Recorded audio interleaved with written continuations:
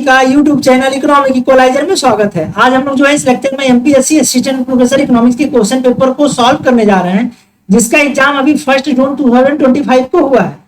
जैसा कि आप लोगों को पता होगा कि हरियाणा असिस्टेंट प्रोफेसर इकोनॉमिक्स और Madhya Pradesh assistant professor economics का जो एग्जाम हुआ था वो सेम डेट में हुआ था, यानी कि 1 जून 2025 को हुआ है। तो हम लोगों ने जो है हरियाणा असिस्टेंट प्रोफेसर इकोनॉमिक्स के कंप्लीट क्वेश्चन पेपर को सॉल्व किया था। आज हम लोग जो है इस लेक्चर में Madhya Pradesh assistant professor economics के क्वेश्चन पेपर को सॉल्व करने जा रहे हैं। और अब तक आप लोगों ने जो यूट्यूब चैनल इकोनॉमिक इक्वलाइजर को सब्सक्राइब नहीं किया है तो आप लोग सब्सक्राइब कर सकते हो, और उसके साथ साथ जो है आप लोग जो इकोनॉमिक एक्सपीरियंस को भी चैनल के लिंक को शेयर कर सकते हो।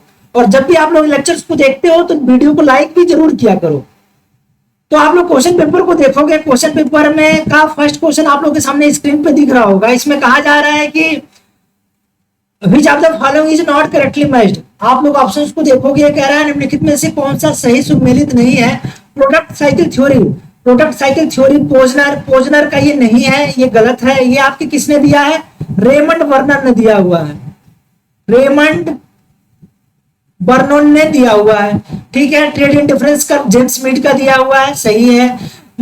ऑफर कर मार्शल एजवर्थ का, ये भी सही है। Theory of unequal exchange Emmanuel का दिया हुआ है, ये भी सही है। तो लेकिन क्वेश्चन आप लोग देखो, कह रहा है नॉट करेक्टली मैच्ड, कौन सा सही सुमेलित नहीं है। इस क्वेश्चन का राइट ऑप्शन क्या हो जाएगा? Product cycle theory. Next question को आप लोग देखोगे, कह रहा है कि which of the following assumptions of the specific factor model is not correct. निम्नलिखित में से स्पेसिफिक फैक्टर मॉडल के लिए कौन सी धारणा सही नहीं है। कह रहा है कि there are 3 factor of production, उत्पादन के 3 कारक हैं। Perfect competition in the commodity and factor market, वस्तु और कारक बाजारों में पूर्ण प्रतिस्पर्धा है। Labour is subject to the diminishing margin of physical product, श्रम घटते हुए सीमांत भौतिक उत्पादन के अधीन है। Technology in the production of X and Y is not identical in the both countries, X और वाई के उत्पादन में प्रौद्योगिकी दोनों देशों के लिए समान नहीं है।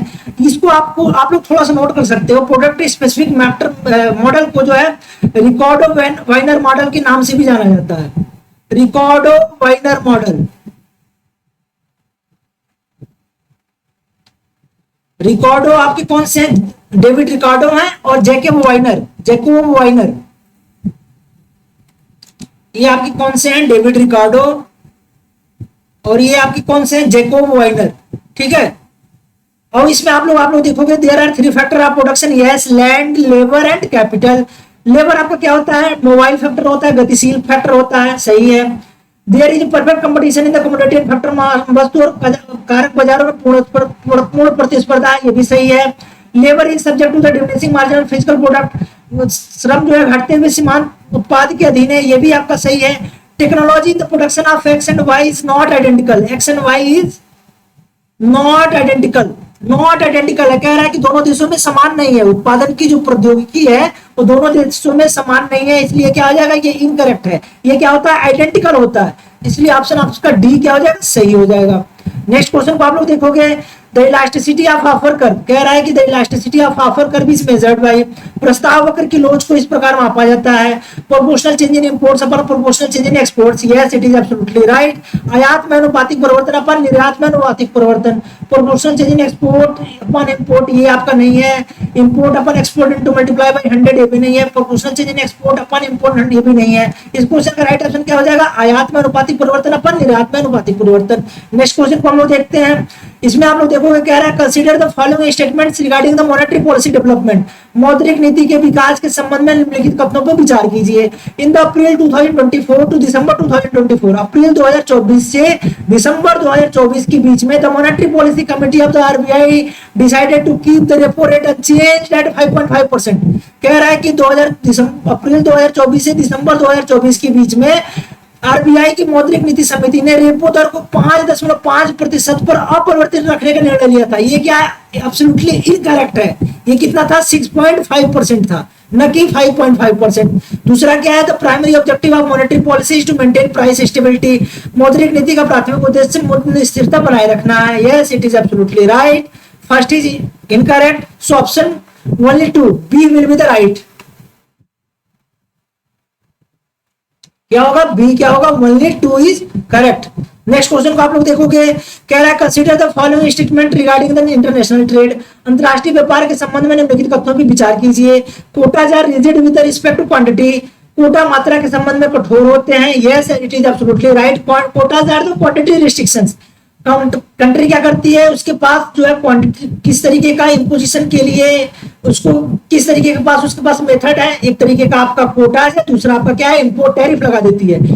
कोटाज क्या होते हैं, क्वांटिटी को रिस्ट्रिक्ट कर देते हैं, मात्रा को लिमिट कर देते हैं, क्वांटिटी को लिमिटेड कर देते हैं कि आप कितने क्वांटिटी को ही क्या कर सकते हो, इंपोर्ट कर सकते हो। टैरिफ क्या होता है, इम्पोजिशन ऑफ ड्यूटीज होता है, जो इंपोर्ट कंट्री करती है उस पर ड्यूटी क्या करती है, गवर्नमेंट इंपोज कर देती है कि हम इतना ड्यूटी लगाएंगे, इंपोर्ट टैरिफ बोलते हैं उसको। इस ताकि हम लोग डोमेस्टिक जो आपकी इंडस्ट्रीज हैं, कॉटेज इंडस्ट्रीज हैं, उनको क्या किया सके, उनको सेफ्टी प्रोवाइड कराया सके, उनको बचाया जा सके, लघु उद्योगों को क्या किया जाए, बचाया जा सके।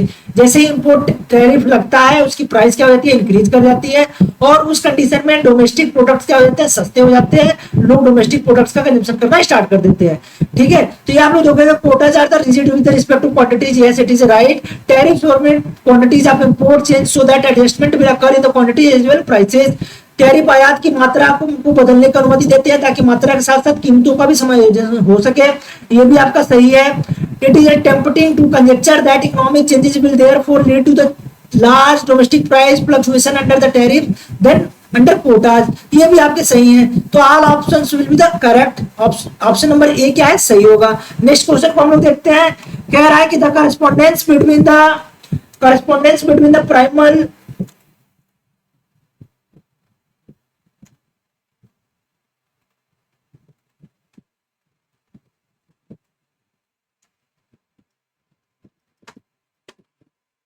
The correspondence between the primal and dual solution are described below। कह रहा है कि प्राइमल और डुअल समाधानों के बीच में पत्राचार नीचे वर्णित है। The value of the objective function is different from the primal and dual solution। Linear programming में आप लोग देखोगे, लीनियर प्रोग्रामिंग में क्या होता है, for optimal point for optimal values of objective function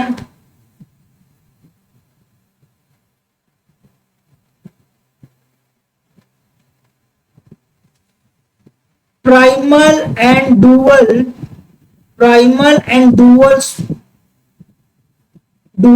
solutions are same। problems of primal and dual solutions are same not different। ये क्या होते हैं, प्राइमल और डुअल समाधानों के लिए उद्देश्य फंक्शन का मान क्या होता है, अलग अलग नहीं, ये क्या होता है, सेम होता है। तो इसलिए क्या हो जाएगा, आपका पहला इनकरेक्ट हो जाएगा। The criteria for the primary variables of the primal and are the solution of the select variables of the dual, ये भी सही है। The criteria of the select variables of the primal are the solution for the primary variables of the dual, ये भी आपका सही है। Primal के प्राथमिक चर के लिए मानदंड डुअल के सुस्त चर के समाधान है, सही है। प्राइमल के सुस्त चर के लिए मानदंड डुअल के प्राथमिक चर के लिए समाधान है। तो केवल 2 और 3 are right, that is option number B. Option क्या होगा, केवल 2 और 3 सही है। नेक्स्ट क्वेश्चन को आप लोग देखोगे, इसमें कहा जा रहा है कि मध्य प्रदेश में जो है जेंडर बस्टिंग को कब शुरू किया गया था। Madhya Pradesh, the process of gender busting was started in which financial year. कौन से वित्तीय वर्ष में जेंडर बस्टिंग की शुरुआत की गई थी। 2009-10 नहीं है, 8-9 नहीं है, ये नहीं है। आपका राइट ऑप्शन क्या है, 2007 एंड 8। नेक्स्ट क्वेश्चन को आप लोग देखोगे, कह रहा है following economist is not related with the linear programming. कौन से अर्थशास्त्री रैखिक प्रोग्रामिंग से संबंधित नहीं है। कॉन्ट्रोविच ये आपके हैं, डेंजिक ये भी आपके हैं, कुपमास ये भी हैं, लेकिन ये आपके नहीं है लियोनटिफ। तो इसलिए क्या हो जाएगा, राइट ऑप्शन क्या हो जाएगा, डी। ये इससे आप किससे संबंधित है, इनपुट आउटपुट मॉडल से, आगत निर्गत मॉडल। ठीक है, नेक्स्ट क्वेश्चन को हम लोग देखते हैं। कह रहा है the correct Hawkins Simon conditions are. Hawkins Simon condition कह रहा है कि कौन सा सही है। ये आप लोग देखोगे, ये आपका क्या है, I minus A is greater than क्या होता है, 0 होता है। आई आपका क्या होता है, आइडेंटिटी मैट्रिक्स। ए आपका क्या होता है, गिवन मैट्रिक्स होता है।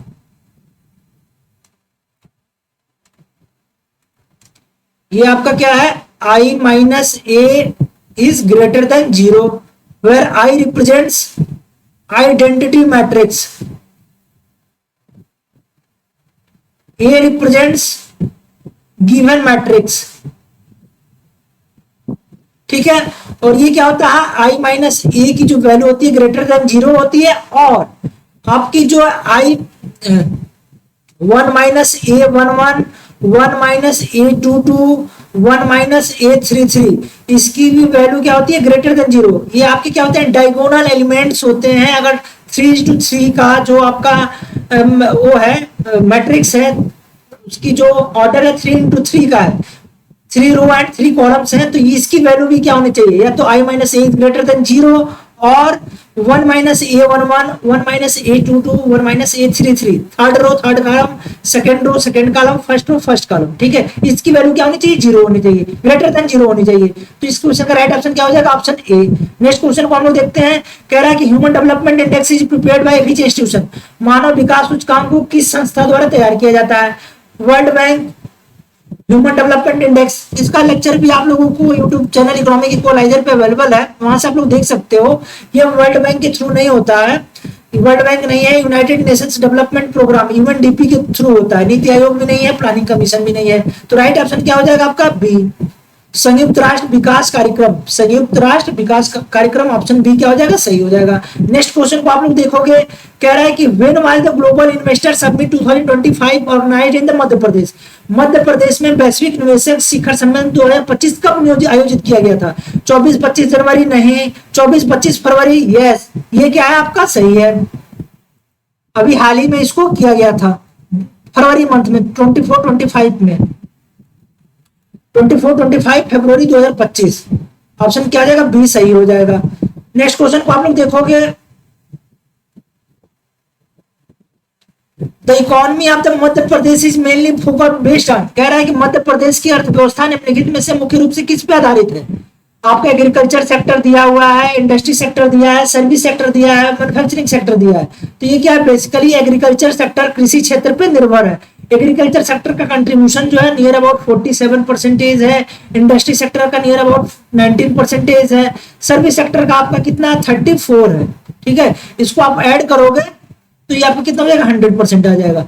इसका क्वेश्चन का राइट ऑप्शन क्या हो जाएगा, कृषि क्षेत्र। नेक्स्ट क्वेश्चन को हम लोग देखते हैं, इसमें हम लोग देखोगे, कह रहा है कि इन the Madhya Pradesh Janani Suraksha Yojana was started in 2005 with which of the following objectives, Madhya Pradesh में जननी सुरक्षा योजना 2005 में निम्नलिखित में से किस उद्देश्य को से शुरू की गई थी, कौन से उद्देश्य को ध्यान में रखते हुए, which of the following objectives putting in the point of view, कौन से उद्देश्यों को ध्यान में रखते हुए जो जननी सुरक्षा योजना को स्टार्ट किया गया था, रिड्यूसिंग मैटरनल मोर्टालिटी रेट, मातृ मृत्यु दर में कमी लाना, yes it is absolutely right, reducing the newborn infant mortality rate, yes it is also right, increasing the girls enrolment in the school, not, it is not right, increasing institutional delivery, ठीक है, संस्थागत प्रसव में वृद्धि लाना।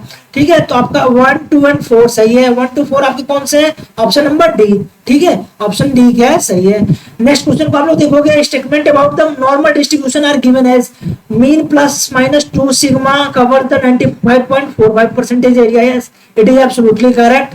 ठीक है, आप लोग देखोगे 60 जो है 7 पॉइंट समथिंग होता है, 95.4 पॉइंट होता है, और 99 पॉइंट समथिंग होता है। ये आपका mean plus minus 1 sigma, 2 sigma, 3 sigma के लिए वैल्यूज है। 2 सिग्मा के लिए 95.45% एरिया होता है। ये क्या है, सही है। First and third quartile Q1 and Q3 are the equidistant from the median, median से क्या होते हैं, दोनों समान होते हैं। ये भी क्या है, सही है। The height of the normal distribution curve is maximum at the mode, yes it is also right. Mode पे क्या होते हैं, सही होते हैं। तो क्या होता है, मैक्सिमम होता है। Height of the normal curve is सामान्य वक्र की ऊंचाई बहुलक के आधार पर अधिकतम होती है। तो तीनों सही है, इसलिए ऑप्शन क्या हो जाएगा, ए क्या हो जाएगा, सही हो जाएगा। A will be the right.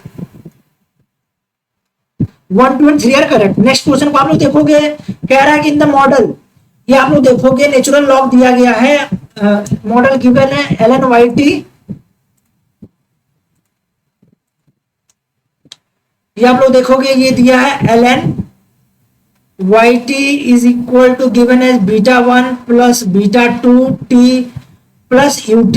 ठीक है, कह रहा है B2 is known as, B2 को किस नाम से जाना जाता है, B2 आपका क्या है, इंस्टेंटेनियस रेट ऑफ ग्रोथ। ये क्या है, वृद्धि की तत्कालिक दर। β2 represents instantaneous rate of growth. ये क्या होता है, ये रिप्रेजेंट कर रहा है कि ये आप लोग देखोगे per unit change in output due to change in per unit time, per unit change in output with respect to the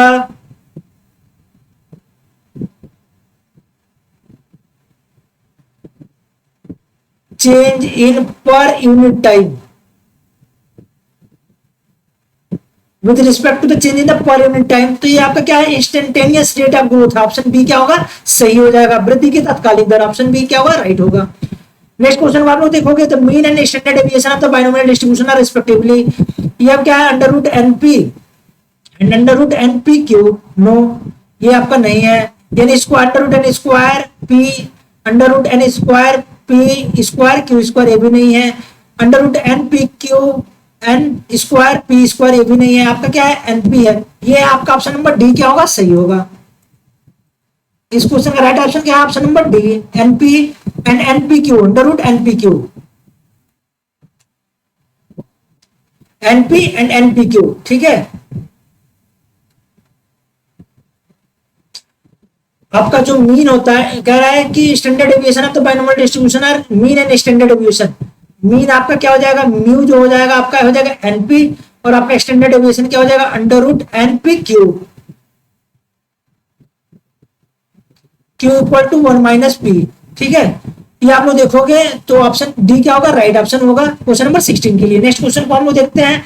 कह रहा है कि what will be the probability of getting more than number 2 by throwing an ordinary dice. एक साधारण पासा फेंकने पर दो से अधिक, एक साधारण पासा फेंकने पर दो से अधिक अंक आने की प्रायिकता क्या होगी, दो से अधिक। आप लोग डाइस को देखोगे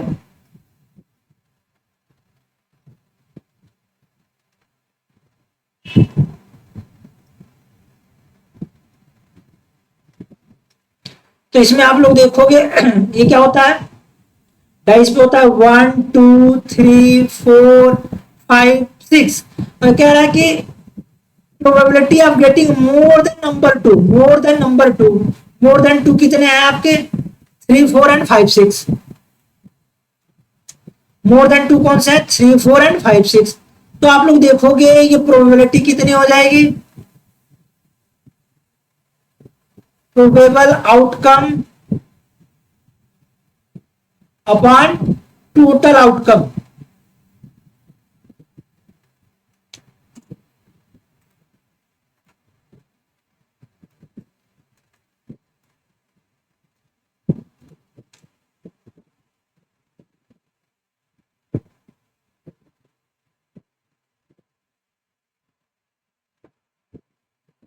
probable outcome upon total outcome. Probable कितना है आपका 4, कह रहा है कि throwing dice getting more then, more than में क्या है तो 3 4 एंड 5 6 है, तो ये कितना है 4, टोटल कितने हैं आपके 6, मतलब ये क्या हो जाएगा 2 2 4 2 3 6, 2/3।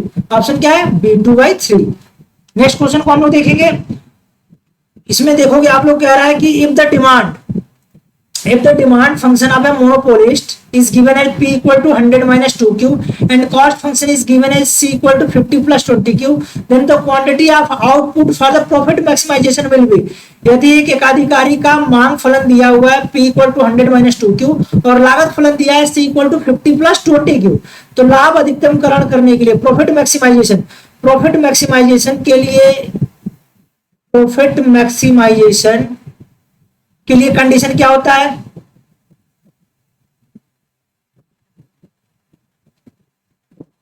MR is equal to MC।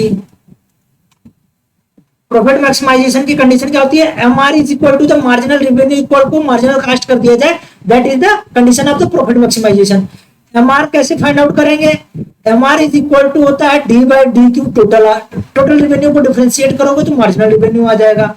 और MC क्या होता है आपका D/DQ, TC को अगर हम लोग डिफरेंशिएट करें तो हमारा क्या हो जाएगा MC आ जाएगा। तो हम लोग को पहले TR फाइंड आउट करना पड़ेगा। TR क्या होता है आपका प्राइस इनटू क्वांटिटी होती है। प्राइस कितना गिवन है 100 minus 2Q multiply by Q, ये कितना हो जाएगा आपका 100Q और माइनस क्या हो जाएगा 2Q स्क्वायर। ये आपका हो गया, ठीक है। इसको आप लोग अब टी आर आ गया, एम आर क्या हो जाएगा, D by D Q. T R को हम लोग डिफ्रेंशिएट करें तो हमारा एम आर आ जाएगा। तो क्यू के रिस्पेक्ट में आप लोग करोगे तो ये हो जाएगा 100 और ये हो जाएगा आपका 4Q। एमसी को आगे आप लोग करोगे, हम लोग पहले टीसी को फाइंड आउट करेंगे। टीसी क्या हो जाएगा, टीसी गिवन है 50 प्लस 20Q। एमसी क्या हो जाएगा, एमसी इक्वल टू हो जाएगा D by D Q TC. D by D Q TC को करोगे तो 50 का क्या हो जाएगा 0 एंड 20Q का क्या हो जाएगा आपका 20 आ जाएगा। अब हम लोग क्या करेंगे, इस दोनों को इक्वेट कर देंगे। दोनों को जब आप लोग इक्वेट करोगे, M R is equal to M C करोगे तो एम आर कितना आ गया आपका 100 माइनस 4Q और एम सी आपका कितना आ गया 20। इसको हम लोग सॉल्व करोगे यहाँ पे आप लोग आगे तो ये आ जाएगा 4Q इज इक्वल टू हो जाएगा 100 minus 20 80। Q is equal to कितना हो जाएगा 20। तो राइट ऑप्शन क्या हो जाएगा, कह रहा है profit maximization output will be the C 20।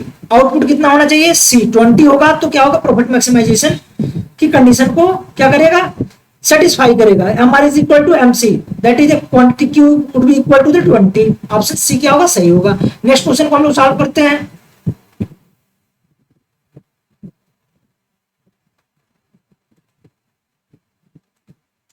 यहां आप लोग देखोगे कह रहा है PD demand function is given as PD is given as 3x square minus 20x plus 5 PS given है प्रोड्यूसर, यहाँ पे देखो demand and supply function given है, ये दिया 15 plus 9x। Then the producer surplus will be the, उपभोक्ता का अधिशेष होगा, producer surplus will be the. तो यहाँ पे आप लोग देखोगे प्रोड्यूसर, यहाँ पे क्या करेंगे हम लोग PD is equal to the PS करेंगे। PD is equal to PS करोगे आप लोग तो ये हो जाएगा 3x square minus 20x plus 5 is equal to the 15 plus 9x। ये आपका क्या हो जाएगा, इसको सॉल्व करोगे आप लोग आगे तो ये हो जाएगा 3 स्क्वायर x और यहाँ पे आके माइनस हो जाएगा माइनस 29x और प्लस 5 इधर आके माइनस 15 होगा तो ये हो जाएगा माइनस 10 इज इक्वल टू 0। आगे हम लोग इसको सॉल्व करेंगे तो ये हो जाएगा 3x स्क्वायर, यहाँ पे हम लोग को फैक्टराइजेशन करना है x की वैल्यू फाइंड आउट करने के लिए। 3x square minus 30x minus plus x करोगे, क्योंकि जोड़ोगे तो क्या आना चाहिए माइनस 29x मल्टीप्लाई करने पे कितना आना चाहिए माइनस 30x स्क्वायर। ठीक है, तो ये देखो आप लोग इसको करोगे तो ये आ जाएगा, ये हो जाएगा माइनस 10 इज इक्वल टू 0। यहाँ पे आप लोग आगे करोगे तो ये हो जाएगा 3x, यहाँ से कॉमन ले लेंगे तो ये हो जाएगा x और यहाँ पे हो जाएगा माइनस 10, 3x 10 जाए 30 माइनस 30x, यहाँ पे ले लेंगे प्लस 1 को कॉमन, ये हो जाएगा x और यहाँ पे हो जाएगा आपका माइनस 10 इज इक्वल टू ये आपका क्या हो जाएगा 0।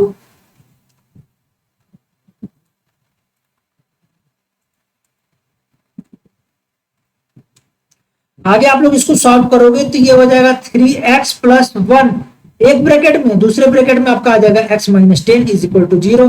तो यहाँ से x की वैल्यू आपकी आ जाएगी माइनस 1/3 और यहाँ से x की वैल्यू आ जाए आपकी आ जाएगी 10। तो आउटपुट माइनस में नहीं जाएगा तो ये हम लोग पॉजिटिव वाली वैल्यू लेंगे, x इज इक्वल टू 10। ठीक है, x इक्वल टू जब 10 लोगे आप लोग तो ये PS कितना आ जाएगा 15 प्लस 9x, x की वैल्यू कितना है 10, 15 प्लस 9 10 जा 90, ये आपका कितना हो जाएगा 105। ठीक है, PD is equal to PS is equal to 105 आ गया। ठीक है, अब हम आप लोग प्रोड्यूसर सरप्लस क्या होता है, प्रोड्यूसर सरप्लस का फार्मूला होता है producer surplus is equal to total revenue minus producer supply. कुल आगम माइनस जो है आपके प्रोड्यूसर उत्पादक के क्या आना चाहिए पूर्ति, उत्पादक के आपूर्ति को माइनस कर दोगे कुल आगम से तो आपका क्या हो जाएगा प्रोड्यूसर सरप्लस हो जाएगा। ठीक है, तो ये आपका टोटल रिवेन्यू कितना हो जाएगा, टोटल रिवेन्यू आपका TR इज इक्वल टू होता है प्राइस इंटू क्वांटिटी। प्राइस ये आपका प्रोड्यूसर सप्लाई का ये कितना आ गया 105 और क्वांटिटी की वैल्यू आपकी कितनी आई है 10।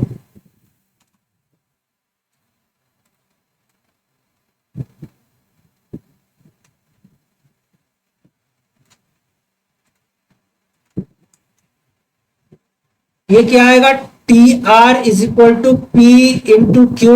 पी की वैल्यू कितना है, ये आगे प्रोड्यूसर सप्लाई का 105, क्वांटिटी कितना है 10, और तो ये कितना हो जाएगा 1050। अब हम लोग को क्या करना है, प्रोड्यूसर सप्लाई को फाइंड आउट करना है। प्रोड्यूसर सप्लाई को आप लोग कैसे फाइंड आउट करोगे, यहां से हम लोग इसको नोट करते हैं और इसको सॉल्व करते हैं। एक्स की वैल्यू कितनी आई है 10, इसको हम लोग यहाँ पे इसको इरेज करके प्रोड्यूसर, अब यहाँ पे हम लोग क्या करेंगे, डिफरेंशिएशन करेंगे प्रोड्यूसर सप्लाई को फाइंड आउट करने के लिए। प्रोड्यूसर सप्लाई को क्या करेंगे, फिर निकाल फाइंड आउट करके हम लोग टोटल रेवेन्यू से माइनस कर देंगे, तो हमको प्रोड्यूसर सरप्लस की वैल्यू फाइंड आउट हो जाएगी।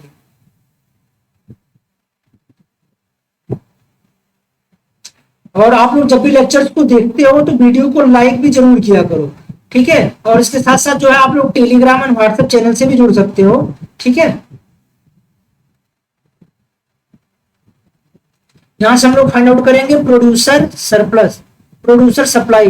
प्रोड्यूसर सप्लाई क्या हो जाएगा, इंटीग्रेशन 0 टू एक्स की वैल्यू कितनी, इसकी इंटरवल ले लेंगे 0 टू 10। प्रोड्यूसर सप्लाई का पीएस का इक्वेशन है 15 प्लस 9x, और इसको कर देंगे dx। जब इसको आप लोग डिफरेंशिएट करोगे तो ये हो जाएगा 15x और ये हो जाएगा 9x स्क्वायर बाई 2, और इसका इंटरवल चलेगा 0 टू 10, ठीक है। ये हो जाएगा आपका 15, एक्स की वैल्यू को यहाँ पर रख दोगे 10, प्लस ये आपका क्या हो जाएगा 9/2, और एक्स स्क्वायर की वैल्यू, एक्स की वैल्यू 10 का स्क्वायर हो जाएगा ये 100, ठीक है। आगे आप लोग सॉल्व करोगे तो 15 10 जा 150, प्लस ये आपका कितना हो जाएगा 2 से इसको कट करोगे तो ये 59 या कितना हो जाएगा 450। इसको सॉल्व करोगे तो 450 प्लस 150 आपका कितना हो जाएगा 600, ठीक है। ये आपका क्या आ गया, producer supply.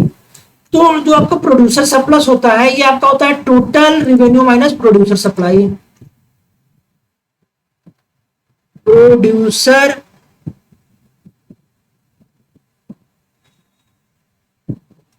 Surplus equal to total revenue minus producer supply. Total revenue कितना आ गया, टोटल रेवेन्यू आपका आ गया 1050। प्रोड्यूसर सप्लाई कितना आ गया आपका 600, तो ये कितना हो जाएगा 450। तो आपका ऑप्शन क्या हो जाएगा, सी क्या हो जाएगा, सही हो जाएगा। नेक्स्ट क्वेश्चन को हम लोग सॉल्व करते हैं। यहां पे आप लोग देखोगे कह रहा है कि डिमांड फंक्शन, कह रहा है कि डिमांड फंक्शन गिवन है,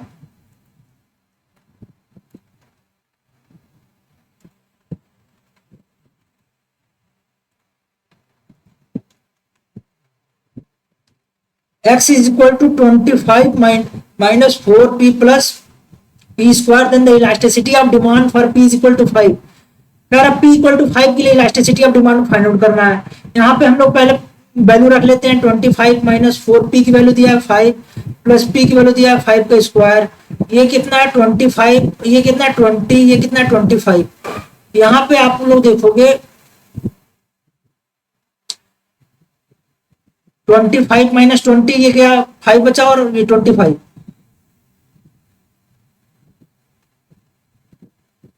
25 माइनस 20 ये आपका 5 और 25 ये आपका आ जाएगा 30, ठीक है। अब हम लोग क्या करना है, इलास्टिसिटी ऑफ डिमांड ईडी क्या हो जाएगा, delta X upon delta P, ये हो जाएगा एक्स अपॉन पी,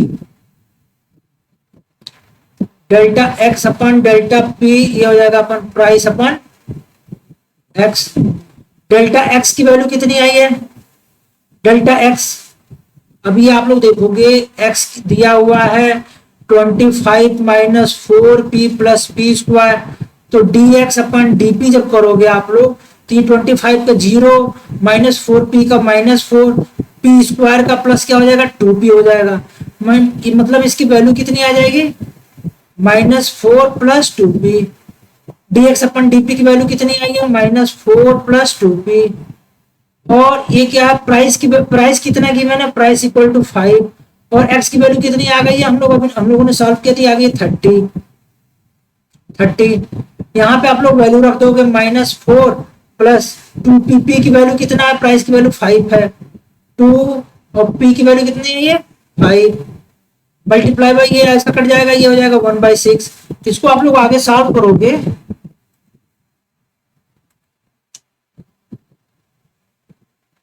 -4 प्लस ये क्या हो जाएगा 10 मल्टीप्लाई बाई 1/6, ये हो जाएगा 6 multiply by 1/6 is equal to the 1, 1 आ जाएगा। इस क्वेश्चन का राइट ऑप्शन क्या हो जाएगा? 1 बी।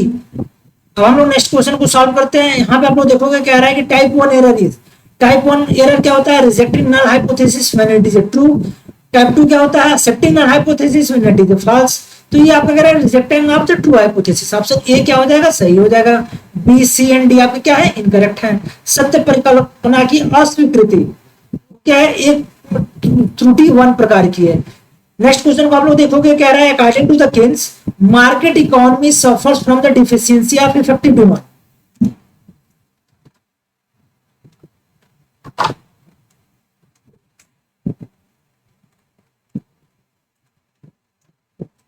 कह रहा है कि किन्स के अनुसार बाजार अर्थव्यवस्था की प्रभावी मांग की कमी से ग्रस्त है। with an increase in the income, marginal propensity to consume, and with an increase in the investment, marginal efficiency of capital, that is a proportional marginal profitability decreases। ठीक है, कह रहा है कि आय में वृद्धि के साथ उपभोग की सीमांत प्रवृत्ति और निवेश में वृद्धि के साथ पूंजी की सीमांत दक्षता यानी अनुपातिक सीमांत लाभप्रदता कम हो जाती है। Yes it is right. दोनों आपके देखोगे स्टेटमेंट जो है किन्स के अनुसार बाजार की अर्थव्यवस्था इफेक्टिव मांग जो था प्रभावित मांग की कमी से ग्रस्त है। दोनों आपके statement assertion and reason both are correct, लेकिन यहाँ पे आप लोग देखोगे डिफिशियंसी ऑफ इफेक्टिव डिमांड जो होता है के लिए R is not the correct reason, correct explanation for the A. जो है आपका ये कह रहा है कि marginal propensity to consume increase in income, आय में वृद्धि के साथ जो है आपका एमपीसी कम हो जाता है। ठीक है, इन्वेस्टमेंट के साथ आपका एमईसी कम हो जाता है। ठीक है, प्रॉफिटेबिलिटी भी आपकी डिक्रीज हो जाती है। तो ये एक क्या है, एक जो है रिलेवेंट स्पेसिफिक रीजन नहीं है डिफिशियंसी ऑफ इफेक्टिव डिमांड के लिए। हो सकता है other there are so many reasons. ठीक है, बहुत से रीजंस हो सकते हैं ये, लेकिन रीजन इसको करेक्ट एक्सप्लेनेशन नहीं कर रहा है, इसलिए both A and R true but R is not the correct explanation. Option A क्या होगा? सही होगा। आपका इनकम बढ़ने के साथ आपका एमपीसी डिक्रीज होता है, आपका इन्वेस्टमेंट बढ़ने के साथ आपका एमईसी डिक्रीज होता है, प्रॉफिटेबिलिटी डिक्रीज होता है, लेकिन डिफिशियंसी ऑफ इफेक्टिव डिमांड के लिए आपकी प्रभावी मांग की कमी के लिए ये कारण नहीं है, ये इसका करेक्ट एक्सप्लेनेशन नहीं है। ठीक है, तो इसलिए both and A are true but R is not the correct explanation of A. ये क्या होगा? सही होगा। नेक्स्ट क्वेश्चन को आप लोग देखोगे, इसमें कह रहा है कि according to the Marshall and Hicks, according to the Mrs Hicks not Marshall, according to the Mrs. Hicks, the concept of related with the incidence of taxes are formal incidence, yes, effective incidence, yes, both are correct।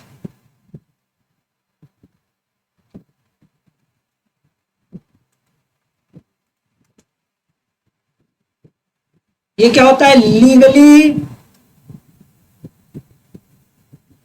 Responsible for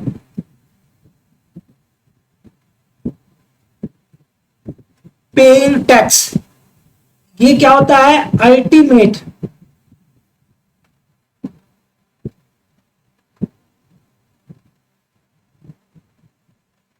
burden of tax cost. ठीक है, तो आप लोग देखोगे कह रहा है concept related with the incidence of taxes are formal incidence and effective incidence. औपचारिक घटना और प्रभावी घटना दोनों है, तो ऑप्शन क्या आ जाएगा? C will be the right for this question. Next question को आप लोग देखोगे the ratio of proportionate change in the tax revenue to a proportionate change in the tax base is called. कर राजस्व में अनुपातिक परिवर्तन और कर आधार में अनुपातिक परिवर्तन के अनुपात को क्या कहते हैं? इलास्टिसिटी ऑफ टैक्स बोलते हैं, या फिर उसको बायोवेंसी ऑफ टैक्स बोलते हैं, या फिर relative of tax,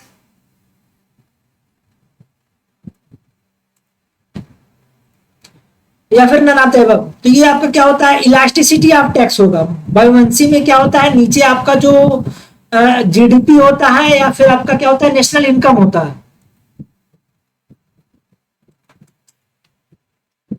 elasticity of tax क्या होता है? Proportionate change in the tax revenue due to the proportionate change in the tax base is called the elasticity of tax. Buoyancy of tax में आपका क्या हो जाएगा? Tax revenue due to change in the, यहां पे होगा आपका GDP और नेशनल इनकम, तो आपका बायोवेंसी होता। ठीक है, यहां पे आपका क्या होगा? Percentage in the tax revenue और ये change in the GDP are the national income, तब आपका प्रोविंशियल ऑफ टैक्स होता है। लेकिन प्रोपोर्शनेट चेंज इन द यहाँ पे क्या आ रहा है, टैक्स बेस है, टैक्स बेस की वजह से क्या हो जाएगा, elasticity of tax will be the right. ठीक है, बाकी आपके सारे ऑप्शंस क्या हो जाएंगे, इनकरेक्ट हो जाएंगे। कर की लोच। नेक्स्ट क्वेश्चन को हम लोग देखते हैं, कह रहा है कि the following is not a part of non tax revenue receipt, निम्नलिखित में से कौन कर राजस्व की प्राप्ति का हिस्सा नहीं है। Which of the following is not a part of a non tax revenue receipt. Interest receipt भी जो आपका क्या होता है, नॉन टैक्स रेवेन्यू रिसिप्ट का होता है। डिविडेंड रिसिप्ट भी होता है, प्रॉफिट रिसिप्ट भी होता है। लेकिन मार्केट लोन रिसिप्ट जो है ये आपका क्या होता है, मार्केट लोन रिसिप्ट आपका आता है कैपिटल रिसिप्ट,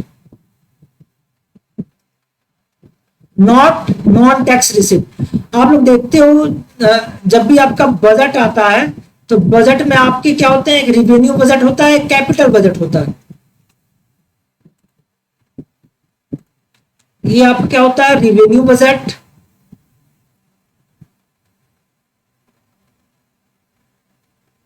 और एक होता है आपका कैपिटल बजट। रिवेन्यू बजट में आप लोग देखते हो रिवेन्यू रिसिप्ट आता है, रिवेन्यू रिसिप्ट, ये आपका था रिवेन्यू एक्सपेंडिचर। यहाँ पे अब आप लोग देखते हो capital receipt and capital expenditure. Revenue receipt में अभी आप लोग देखते हो इसमें भी आता है आपका टैक्स रिवेन्यू और आपका आता है non tax revenue. Tax revenue में आप लोग देखोगे इसमें आप भी आपका आता है विजिबल एंड इनविजिबल। ठीक है, तो जो आपका ये इंटरेस्ट रिसिप्ट्स हैं, डिविडेंड रिसिप्ट्स हैं, प्रॉफिट रिसिप्ट्स हैं, ये आपके सब आते हैं कि इसमें नॉन टैक्स रिवेन्यू आप इसमें रिवेन्यू बजट में। ठीक है, लेकिन आपका जो मार्केट लोन रिसिप्ट है, मार्केट लोन रिसिप्ट है, ये आपका क्या होता है, कैपिटल रिसिप्ट्स में आता है। मार्केट लोन रिसिप्ट जो होता है आपका कैपिटल रिसिप्ट्स में आता है। ठीक है, मार्केट जो लोन होता है और उसमें जो ब्याज मिलता है वो आपका होता है नॉन टैक्स रिवेन्यू में आता है। ये आपके जो नॉन टैक्स रिवेन्यू है, आपके interest receipt, dividend receipt, profit receipt, ये सब आपके नॉन टैक्स रिवेन्यू में आते हैं। जो कंट्री किसी कंट्री को लोन देती है, लोन को प्रिंसिपल अमाउंट को लेती है, वो क्या होगा, उसका कैपिटल रिसिप्ट, और जो भी उस पर इंटरेस्ट मिलेगा वो किस में आएगा, नॉन टैक्स रिवेन्यू का पार्ट आएगा रेवेन्यू रिसिप्ट में। ठीक है, किसमें आएगा, नॉन टैक्स रिवेन्यू में। तो market loan receipt is the part of the capital receipt, not a revenue receipt. तो ऑप्शन क्या हो जाएगा, डी क्या हो जाएगा, सही हो जाएगा। नेक्स्ट क्वेश्चन आप लोग देखोगे, कह रहा है कि types of transfer to the reconciling balances in the inter government financial resources. These are, अंतर सरकारी वित्तीय संस्थाओं में असंतुलन को दूर करने के लिए हस्तांतरण के प्रकार हैं। टैक्स शेयरिंग भी होता है, ग्रांट्स भी होते हैं, लोन्स भी होते हैं। तो all of the above will be the right for this question, option number D. Next question को आप लोग देखोगे, कह रहा है कि वाई इनकम है, टी टैक्स रेवेन्यू है, U Y total utility of income है, डी जो है मार्जिनल यूटिलिटी है, and U I T total utility of the after the tax of the income. Then equal marginal sacrifice, कह रहा है तब equal marginal sacrifice will be the, ये आपका U I minus U I T ये नहीं होगा, equal marginal sacrifice after the marginal utility. तो आपका ये हो जाएगा D U Y minus T divided by, ये आपका हो जाएगा D you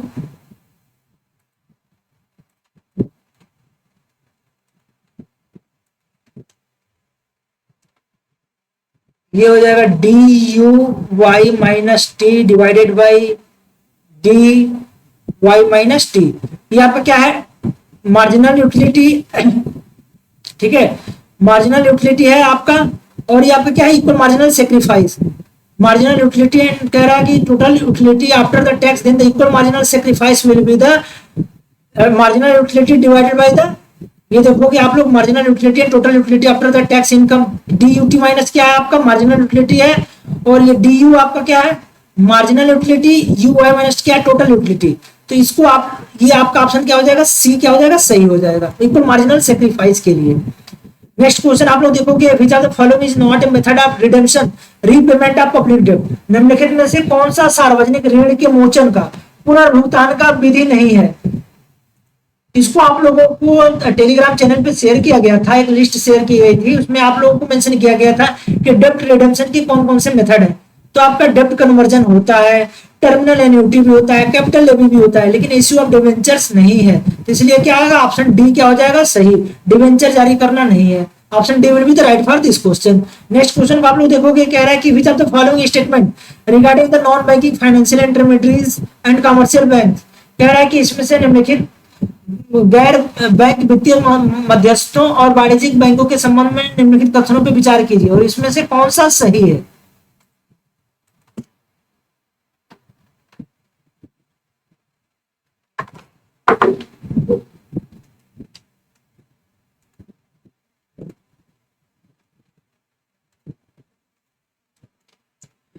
Non-bank financial intermediaries can create liquidity but not create cannot create money. Yes, it is right. Not कह रहा है कि गैर बैंक वित्तीय मध्यस्थ तरलता बना सकते हैं लेकिन पैसा नहीं बना सकते, बिल्कुल सही है। Non bank financial intermediaries insist on the higher collateral than banks, गैर बैंक वित्तीय मध्यस्थ बैंकों की तुलना में अधिक संपार्श्विक पर जोर देते हैं, ये भी आपका क्या सही है। ठीक है, तीसरा कह रहा है कि both commercial banks and non bank financial intermediate, कह रहा है वाणिज्यिक बैंक और गैर बैंक वित्तीय मध्यस्थता दोनों केंद्रीय बैंक से उधार लेकर मांग जमा बनाते हैं। Both commercial bank and non banking financial intermediate create demand deposit, कह रहा है कि both create demand deposits by the borrowing from the central bank. No, it is incorrect. क्यों इनकरेक्ट क्यों है, क्योंकि कमर्शियल बैंक तो डिमांड डिपॉजिट क्रिएट करता है लेकिन आपकी जो एनबीएफसीज हैं, नॉन बैंकिंग फाइनेंशियल इंटरमीडिएट्स हैं, कंपनीज हैं, ये डिमांड डिपॉजिट्स को क्रिएट नहीं करती हैं। इसलिए आपका 1 और 2 सही होगा, थर्ड क्या होगा इनकरेक्ट होगा। 1 और 2 is the option number B, B क्या होगा सही होगा। नेक्स्ट क्वेश्चन को आप लोग देखोगे, कह रहा है कि the following statement are given in the context of the Kautilya currency system, Kautilya के करेंसी सिस्टम के संबंध में कथन दिए गए हैं, इसमें बताना है कौन सा सही है। The exchange rate of gold and silver was fixed at 12 equal to 200 equal to 1 equal to 200 को 12 से डिवाइड करोगे तो 1 इक्वल टू 16.67 आएगा, ये सही है। ठीक है, the standard coin was pan, besides this smaller coins like ardha pan 98, पल पान 54 एंड अस्तबाग 52 वर इन द सर्कुलेशन। 52 मतलब ये आपका 12.5 पैसे, 54 मतलब आपके 25 पैसे, ठीक है, 98 मतलब आपके 50 पैसे, तो ये आपके क्या है, ये भी सही है। They used to work as a medium of currency exchange and receiver medium for the depository money in the current treasury, ये भी आपके सही है। तो 1 and 2 and 3 all are correct, that is option number D. Option D क्या हो जाएगा, सही हो जाएगा। नेक्स्ट क्वेश्चन को हम लोग देखते हैं, यहाँ आप लोग देखोगे क्या रहा है कि reserve bank has opened a number of training colleges for training banking personal, match the names of the training college given list 1 and to the question 2। List 2 में बैंकिंग ट्रांजैक्शन कॉलेज बीटीसी आपका कहाँ है, मुंबई में है। ठीक है, Mumbai option A आपका क्या है 2।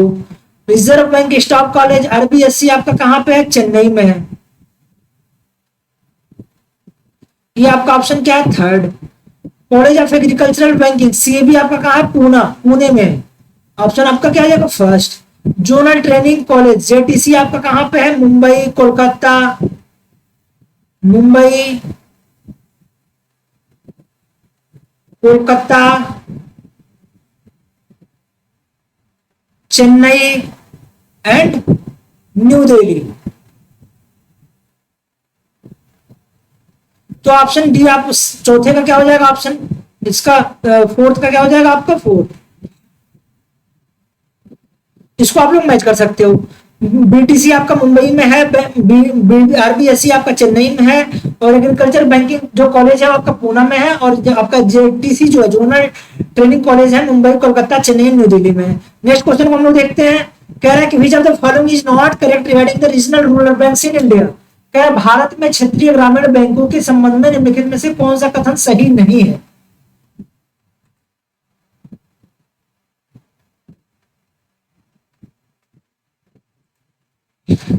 यहां आप लोग ऑप्शन को देखोगे, they were established based on the recommendation of the Narasimhan working group, yes it is absolutely correct. The first five RRBs were established in 1975, ये भी सही है। They are regulated by NABARD, ये आपका इनकरेक्ट है। They are jointly owned by the government of India, state government and the sponsored commercial banks, yes ये भी सही है। तो आपका राइट ऑप्शन क्या हो जाएगा? Option number C. ये किसके द्वारा रेगुलेटेड किया जाता है? आरबीआई के द्वारा, central bank, reserve bank of India के थ्रू रेगुलेटेड किया जाता है। नाबार्ड इसको क्या होता है? सुपरवाइजरी एंड जो है आपको फाइनेंसिंग एलोकेशन को देखता है। नाबार्ड जो है सुपरवाइजरी बॉडी होती है,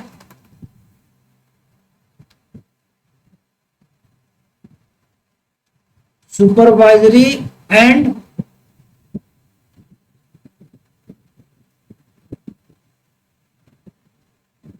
रिफिनांस बॉडी होती है। आरबीआई इसका क्या होता है? रेगुलेटर। आरबीआई इसको क्या करता है? रेगुलेट करता है। इसलिए सी क्या हो जाएगा? इनकरेक्ट हो जाएगा।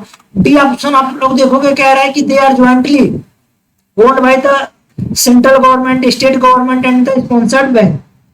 ये आपका जो सेंट्रल गवर्नमेंट के थ्रू इसमें क्या होता है? सेंट्रल गवर्नमेंट का इसको कितना शेयर देती है? 50%। स्टेट गवर्नमेंट का कितना होता है? इसका 15%। और जो स्पॉन्सर्ड कमर्शियल बैंक होता है उसका कितना होता है? 35%। सेंट्रल जो आपके गवर्नमेंट है, सेंट्रल गवर्नमेंट,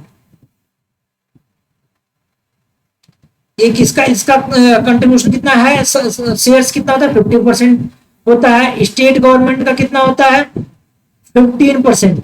और स्पॉन्सर्ड बैंक का कितना होता है? 35। ठीक है, ये आपका हो जाएगा 100। तो इस क्वेश्चन का राइट ऑप्शन क्या हो जाएगा? ऑप्शन नंबर सी, क्योंकि इसको आरबीआई क्या करता है? रेगुलेट करता है। नाबार्ड क्या करता है? इसको सुपरवाइजरी एंड रिफाइनेंस बॉडी होती है। नेक्स्ट क्वेश्चन को आप लोग देखोगे कह रहा है कि विच of the following statement is not correct regarding the cooperative banks. सहकारी बैंकों के संबंध में निम्नलिखित में से कौन सा कथन सत्य नहीं है? The banks are registered under the cooperative society act of the central government. नहीं। RBI are the regulatory and supervisory authority of the central. Yes. They originated with the enactment of the cooperative credit society act of the 1904। इनकी उत्पत्ति 1904 के सहकारी ऋण समिति अधिनियम के अधिनियम के साथ हुई थी। ये सही है। आरबीआई इन बैंकों को पुनर्वित्त प्रदान करता है। RBI extend refinance to this banks. ये भी सही है, ये भी सही है, लेकिन आपका ये क्या है? इनकरेक्ट है। This banks are registered under the,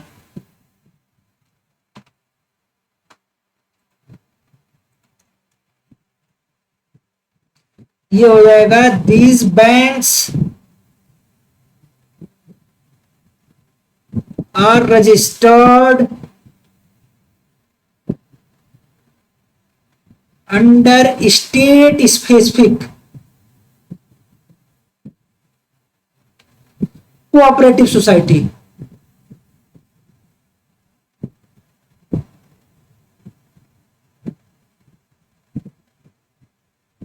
state specific cooperative society है।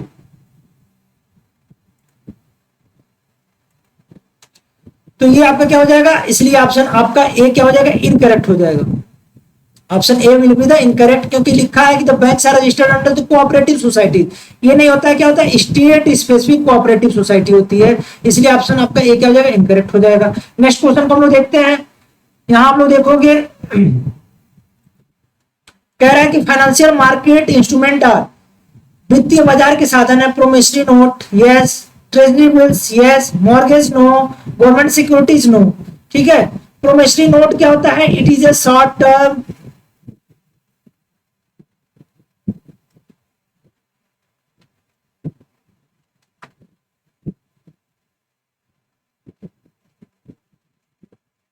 शॉर्ट टर्म सिक्योरिटीज बोल सकते हो। ठीक है, शॉर्ट टर्म सिक्योरिटीज होती है। ट्रेजरी बिल्स भी जो होता है आपका short term securities in the financial market या मनी मार्केट के लिए होता है। लेकिन मॉर्गेज क्या होता है? ये आपका नहीं होता है। और गवर्नमेंट सिक्योरिटीज में इसमें आपका जो है मनी मार्केट और कैपिटल मार्केट दोनों आ जाएगा। शॉर्ट टर्म सिक्योरिटीज आपका जो है मनी मार्केट में आ जाएगा, लॉन्ग टर्म सिक्योरिटीज आपका कैपिटल मार्केट में चला जाएगा। तो ये आपका प्रोमिसरी नोट जो हो जाएगा आपका एंड ट्रेजरी बिल्स, ये आपके मनी मार्केट या फाइनेंशियल मार्केट के इंस्ट्रूमेंट है। That is 1 and 2। 1 and 2 आपके ऑप्शन नंबर ए है। ऑप्शन क्या है? ए। 1 and 2 is right. Next question को हम लोग देखते हैं। कह रहा है कि which of the following forms is not used by the capital market. पूंजी बाजार द्वारा निम्नलिखित में से किस रूप में उपयोग नहीं किया जाता है? शेयर्स ऑफ इंडस्ट्रियल यूनिट्स, ये है। Letter of credit, bond, bills of exchange, ये आपका क्या है? मनी मार्केट का इंस्ट्रूमेंट है। मनी मार्केट के इंस्ट्रूमेंट है। तो इस क्वेश्चन का राइट ऑप्शन क्या हो जाएगा? Option number D. Next question को हम लोग देखते हैं। According to the Friedman the natural rate of unemployment is, Friedman के अनुसार बेरोजगारी की प्राकृतिक दर है,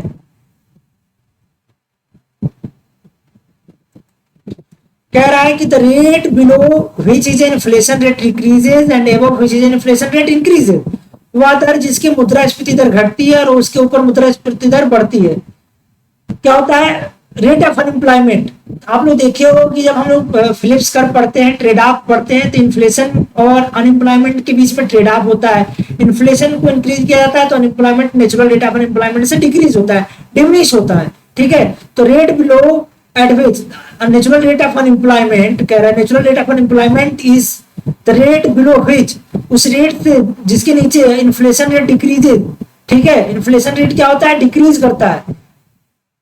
इन्फ्लेशन रेट डिक्रीजेज मतलब अनएम्प्लॉयमेंट क्या होगा, बढ़ेगा। And above which inflation rate decreases increases, और उसके ऊपर क्या होगा, इन्फ्लेशन रेट इंक्रीज होगा। जब नेचुरल रेट ऑफ अनएम्प्लॉयमेंट जब क्या होगा आपका से डिक्रीज होगा तो उस केस में इन्फ्लेशन रेट क्या होगा, इंक्रीज होगा। और जब आपका इन्फ्लेशन डिक्रीज होगा तो नेचुरल रेट ऑफ अनएम्प्लॉयमेंट जो होगा, इन्फ्लेशन इंक्रीज होगा तो नेचुरल रेट ऑफ अनएम्प्लॉयमेंट क्या होगा आपका, डिमिनिश करेगा। नेचुरल रेट ऑफ अनएम्प्लॉयमेंट से नीचे आएगा क्या, अनएम्प्लॉयमेंट, बेरोजगारी की जो दर है वो प्राकृतिक दर से नीचे आएगी, एनआरयू से, नेचुरल रेट ऑफ अनएम्प्लॉयमेंट से।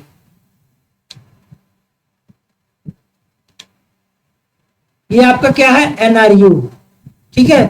जब यहाँ पे आप लोग इन्फ्लेशन को इंक्रीज करोगे तो एनआरयू से अनएम्प्लॉयमेंट की दर जो है क्या होगी, नीचे आएगी।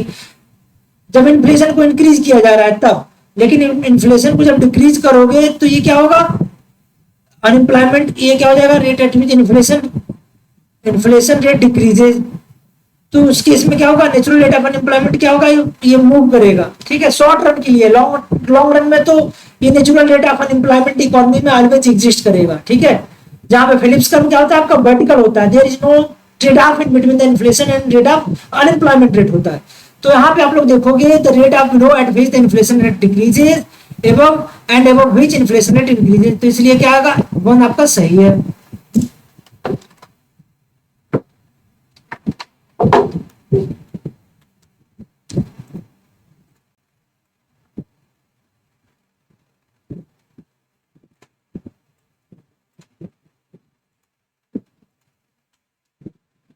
आपका ऑप्शन क्या है, वन सही है। The rate at which the actual rate of inflation and expected rate of inflation are equal, ये भी आपका सही है। जिस दर पे मुद्रास्फीति की वास्तविक दर और मुद्रास्फीति की अपेक्षित दर क्या होती है, बराबर होती है। The rate at which the economy usually survives because of the structural flaws, structural flaws की बात नहीं करते हैं जिसमें आपका जो है स्ट्रक्चरल अनएम्प्लॉयमेंट है, या फिर आपका जो है आपका अनएम्प्लॉयमेंट की बात है, तो स्ट्रक्चरल फ्लॉज की यहाँ पे कंडीशन एराइज नहीं होती है, तो इसलिए आपका थर्ड नहीं होगा, 1 and 2 will be the correct, that is option number A. Structural flaws में आपका स्ट्रक्चरल अनएम्प्लॉयमेंट रेट की बात है, या फिर आपका जो है टेक्निकल जो होता है आपका टेक्निकल जो अपग्रेडेशन की वजह से जो अनएम्प्लॉयमेंट की रेट होती है, ठीक है। तो ये किसी तरीके स्ट्रक्चरल फ्लॉज की बात नहीं किया गया है फ्रीडमैन के नेचुरल रेट ऑफ अनएम्प्लॉयमेंट में, तो इसलिए 3 को इंक्लूड नहीं किया जाएगा। Only 1 and 2 are correct, 1 and 2 are, that is option number A. Next question को हम लोग देखते हैं, which of the following is not correct regarding the electronic money? UPI enables the creation of the virtual address for the money transfer. Yes, it is right. Paytm is kind of a digital wallet. Paytm एक तरह का digital wallet है, ये भी आपका सही है। रुपए is kind of digital wallet, रुपए एक तरीके का डिजिटल कार्ड है, ये भी आपका सही है। There is an upper cap on the RTGS transaction, कह रहा है कि आरटीजीएस लेन देन के ऊपर ही सीमा है, ये आपका क्या है, इनकरेक्ट है। कह रहा है नॉट करेक्ट, जब इनकरेक्ट पूछा है तो आपका इनकरेक्ट ऑप्शन जो है आपका क्या है, डी है।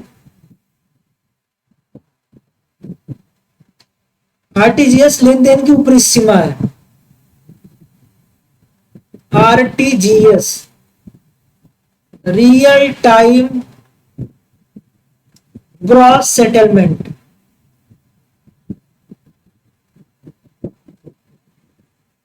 तो ये आपका इसमें अपर कैप नहीं होता है आरटीजीएस में, ठीक है। तो इसलिए क्या होता है, ये आपका ऑप्शन क्या हो जाएगा, डी क्या हो जाएगा, इनकरेक्ट हो जाएगा।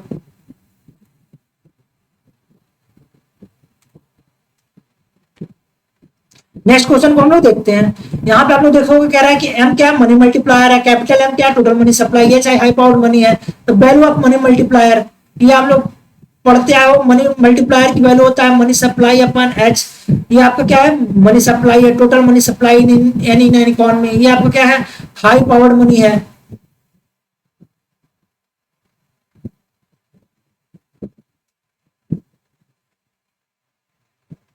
तो आपका m is equal to the capital M by H. Option A क्या हो जाएगा आपका, सही हो जाएगा।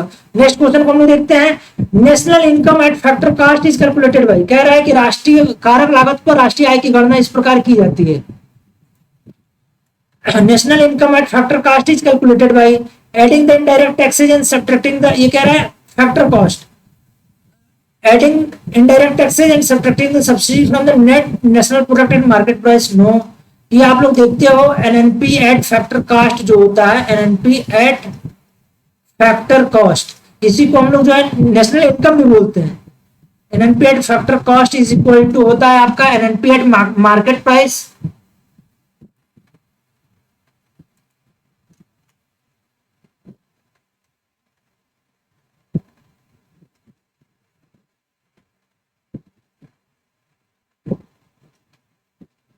Market net national product at market price minus indirect taxes plus subsidy. क्योंकि ये पूछा गया फैक्टर कॉस्ट पे, फैक्टर कॉस्ट पे है इसलिए यहां पे इनडायरेक्ट टैक्स को माइनस किया जा रहा है मार्केट प्राइस से, मार्केट प्राइस से इनडायरेक्ट टैक्स को माइनस किया जा रहा है, सब्सिडी को ऐड किया जा रहा है। अगर यही एनएनपी एट मार्केट प्राइस हो जाता तो आपका जस्ट इसके अपोजिट हो जाता है। यहां पे ये हो जाता आपका, अगर ये आपका हो जाता है एनएनपी एट मार्केट प्राइस तो ये आपका हो जाता है NNP at factor cost, NNP at factor cost, और यहां पे हो जाता है आपका plus indirect taxes minus subsidy हो जाता। अगर ये मार्केट प्राइस पे होता तो ये पूछा क्या जा रहा है NNP at factor cost, net national income at factor cost पे, तो क्या हो जाएगा NNP at factor cost is equal to NNP at market price minus indirect taxes plus subsidy, subtracting indirect taxes and adding subsidies from the net national product and market price, that is option B will be the right। C, D and A क्या है आपके incorrect है। Next question को हम लोग देखते हैं। कह रहा है कि who has written the book an inquiry into the nature of causes and wealth of nation, ये इस किसकी बुक है, इसको आप लोग वेल्थ ऑफ नेशंस के नाम से भी जानते हो। वेल्थ ऑफ नेशन कब आई थी 1776 में, किसी बुक है एडम स्मिथ। ये कौन है, फादर ऑफ इकोनॉमिक्स है।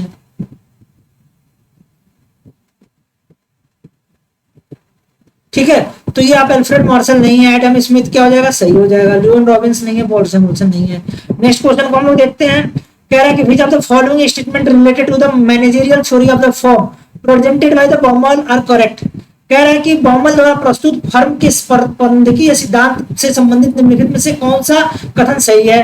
The firm follows the objective of maximum sales maximum total revenue, yes it is absolutely correct.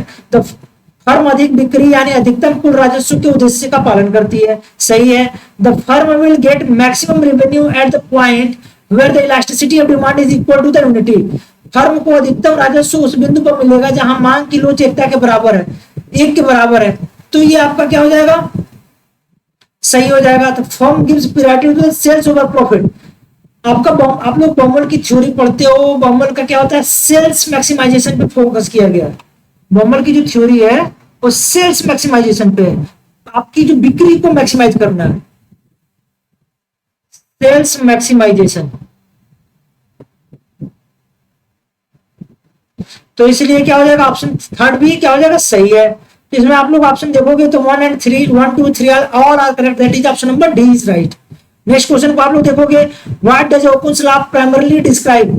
कह रहा है कि ओकुन का नियम मुख्य रूप से क्या वर्णन करता है। The relationship between the inflation and unemployment, ये आपका जो फिलिप्स कर्व है ये नहीं है। The relationship between the GDP growth rate and unemployment, yes. The relationship between the government, ये नहीं है, ये नहीं है। आपका बी ऑप्शन क्या हो जाएगा, सही है। जीडीपी वृद्धि और बेरोजगारी के बीच के संबंध को रिप्रेजेंट करता है, ओकुम्स लॉ। नेक्स्ट क्वेश्चन को आप लोग देखोगे, when only one form in the factor market, ये कह रहा है कि only one form in the factor market.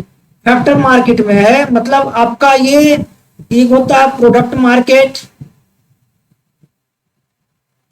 और दूसरा होता है आपका फैक्टर मार्केट।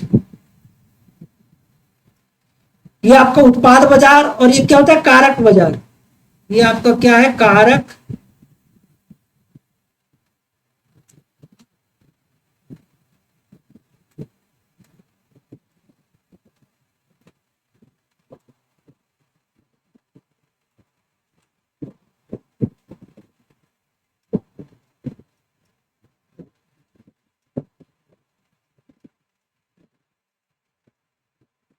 और ये आपका क्या होता है, कारक बाजार।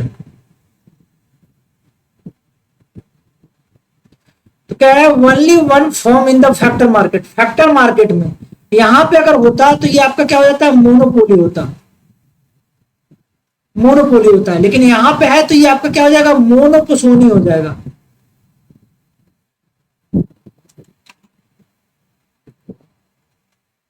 ये क्या हो जाएगा, मोनोपोली। मोनोपोली मतलब आपका यहां पे क्या होता है, सिंगल सेलर। ये क्या होता है, मोनोपोसोनी क्या होता है, सिंगल बायर। और एक होता है आपका bilateral monopoly.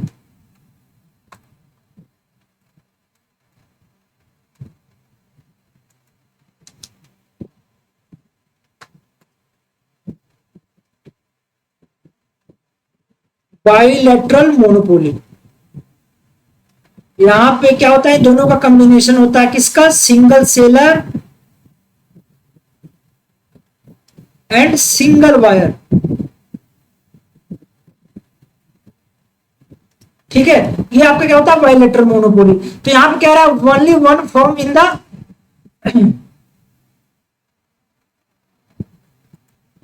only one firm in the factor market provides the employment in the factors, this statement is for the market। Monopoly नहीं होगा, इस क्वेश्चन का राइट ऑप्शन क्या हो जाएगा, मोनोपोली। डुओपोली में दो फर्म होते हैं, परफेक्ट कंपटीशन में मोर देन 10 फर्म्स होते हैं। ठीक है, तो आपका क्या होता है, ये होता है। तो इस क्वेश्चन का राइट ऑप्शन क्या हो जाएगा, monopoly. Option B will be the right. Next question को आप लोग देखोगे, which one among the following is not characteristics of the monopolistic competition। कह रहा है निम्नलिखित में से कौन सा एकाधिकार प्रतियोगिता की विशेषता नहीं है। Freedom of entry and exit of the firm, ये है। प्रोडक्ट डिफरेंशिएशन, मोनोपोलिस्टिक कंपटीशन कह रहा है, मोनोपोलिस्टिक कंपटीशन कह रहा है। ये क्या है, मोनोपोली एकाधिकार प्रतियोगिता। प्रोडक्ट डिफरेंशिएशन भी होता है, ये भी होता है। प्राइस डिस्क्रिमिनेशन, प्राइस डिस्क्रिमिनेशन जो है आपका नहीं है। सेलिंग कास्ट होता है, प्राइस डिस्क्रिमिनेशन जो है आपका ये नहीं होता मोनोपोलिस्टिक कंपटीशन में। तो आपका ऑप्शन सी क्या हो जाएगा, मूल्य भेदभाव नहीं है। फर्मों के प्रवेश और निकास की स्वतंत्रता होती है, उत्पाद विविधीकरण भी होते हैं, लेकिन प्राइस डिस्क्रिमिनेशन होता है, मूल्य में भेदभाव नहीं होता, विक्रय लागत भी होता है। तो ऑप्शन सी क्या हो जाएगा, सही हो जाएगा। नेक्स्ट क्वेश्चन को आप लोग देखोगे, कह रहा है कि the equilibrium of a rational monopolist will be at the output level where. कह रहा है कि एक तर्कसंगत एकाधिकारवादी का संतुलन उत्पादन का स्तर वहां होगा जहां पर the price elasticity of demand is greater then 1, yes. The marginal revenue is positive, yes. Price elasticity of demand is less than 1, ये नहीं होगा। तो आप लोग ऑप्शन को देखोगे, इसकी मांग की कीमत लोच 1 से अधिक है, इसके सीमांत राजस्व सकारात्मक है, ये दोनों सही है, ये 1 से कम है। तो only 1 and 2 is correct, that is option number A. Option A क्या होगा, सही होगा। नेक्स्ट क्वेश्चन में आप लोग देखोगे, इन कौटिल्य कह रहा है, in Kautilya administration system which of the following officers kept a watch to preventing adulteration, selling of substandard goods and goods weighing loss. Kautilya के प्रशासन प्रणाली में निम्नलिखित से कौन सा अधिकारी मिलावट, घटिया सामान की बिक्री और कम वजन वाले सामान की रोकथाम पर नजर रखता था। उसको बोलता है अंतपाल नहीं, पूर्वाक्ष नहीं, संध्याक्ष नहीं, इसको पंध्याक्ष बोला जाता था। ठीक है, पंध्याक्ष बोला जाता था, इसको आप लोग नोट कर सकते हो। ऑप्शन ए क्या होगा, सही होगा। क्वेश्चन नंबर को देखोगे 47 को, इसमें कह रहा है कि स्टेटमेंट आर गिवन, ये आप लोग देखोगे कथन दिए गए हैं। The economic transaction is entered in the balance of payment as a credit if it leads to the receipt of payment from the foreigner. कह रहा है कि यदि कोई आर्थिक लेन देन विदेशियों से भुगतान प्राप्त करने की ओर ले जाता है तो उसे भुगतान संतुलन की क्रेडिट के रूप में दर्ज किया जाता है। Yes, it is right.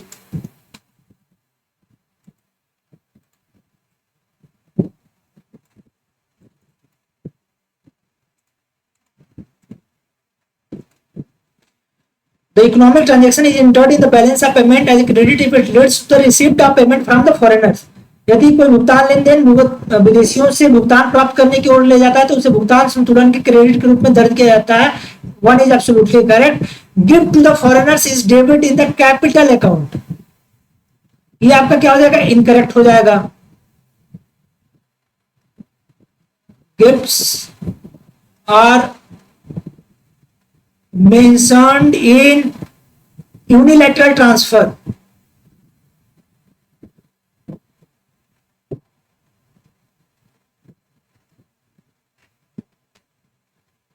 in current account, not capital account.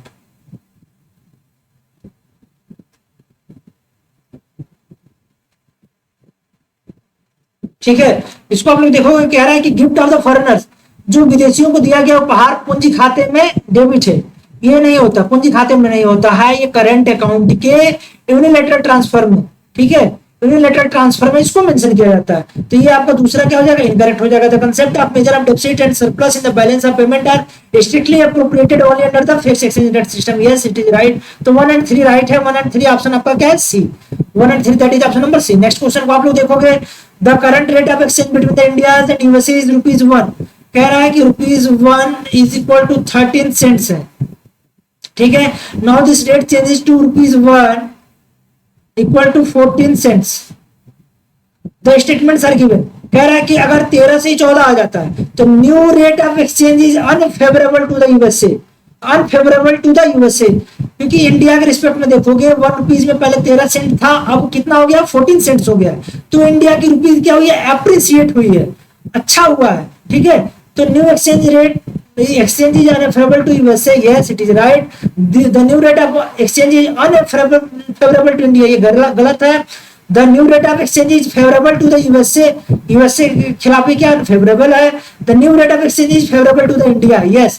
तो आपके 1 and 4 are correct. That is option number 1 and 4 are correct. That is option number B. B क्या हो जाएगा? आपके सही है, क्योंकि पहले आप ₹1 में 13 सेंट्स परचेज कर पा रहे थे, अब एक्सचेंज रेट चेंज हो गया है, ₹1 में 14 सेंट्स परचेज कर पा रहे हो, तो रुपीज क्या हुआ है? अप्रिसिएट हुआ है, डॉलर डिप्रिसिएट हुआ है। तो ये unfavourable to USA and favourable to the India होगा। That is option number B. Next question को आप लोग देखोगे, इसमें कह रहा है कि which of the following is not an assumption of the Haberler opportunity cost theory. Haberler के अवसर लागत सिद्धांत की धारणा नहीं है। There is a perfect competition in goods and resource market. Yes, it is right. The price of each factor is equal to its marginal productivity. It is also right. The supply of resources is variable. ये क्या है? Incorrect है, because क्योंकि supply of resources are constant or fixed. Supply of resources are fixed.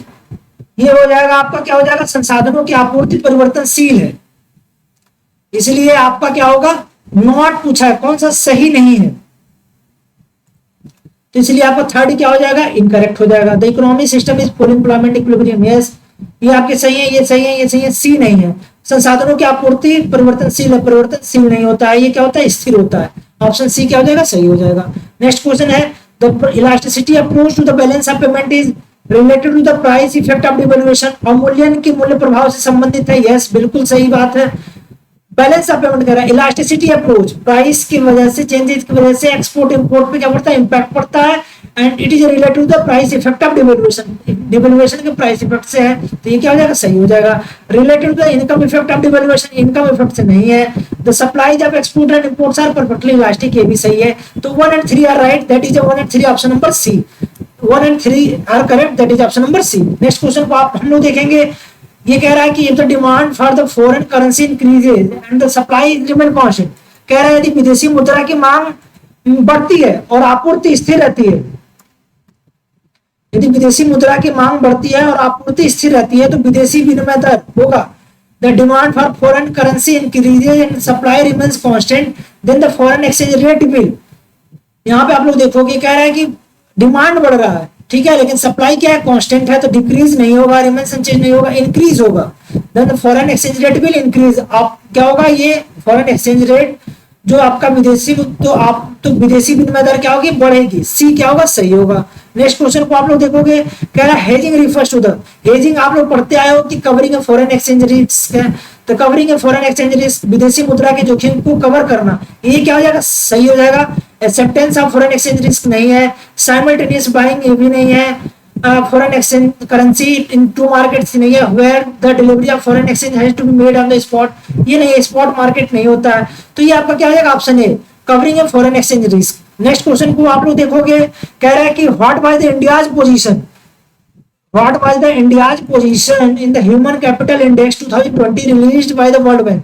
Bharat की विश्व bank द्वारा जारी मानव विकास सूचकांक 2020 में भारत का स्थान क्या था, 112, 14 नहीं, 18 नहीं, ये कितना था, 116 था, ठीक है। नेक्स्ट क्वेश्चन को हम लोग देखेंगे, in India the family planning programme did not concentrate on a single method but adopted what is generally described as, इसको बोला जाता है टॉप डाउन अप्रोच नहीं, बॉटम नहीं, कैफेटेरिया अप्रोच, हॉस्पिटल अप्रोच नहीं, ये क्या है, कैफेटेरिया अप्रोच है, जिसमें आपका कंट्रासेप्टिव मेथड्स को बताया गया है, जो है आपका फैमिली प्लानिंग के बारे में बताया गया है, परिवार नियोजन के बारे में बताया गया है, तो ये किसके अंतर्गत आता है, cafeteria approach. Option A will be the right for this question. Next question को हम लोग देखेंगे, the long run objective of national population policy,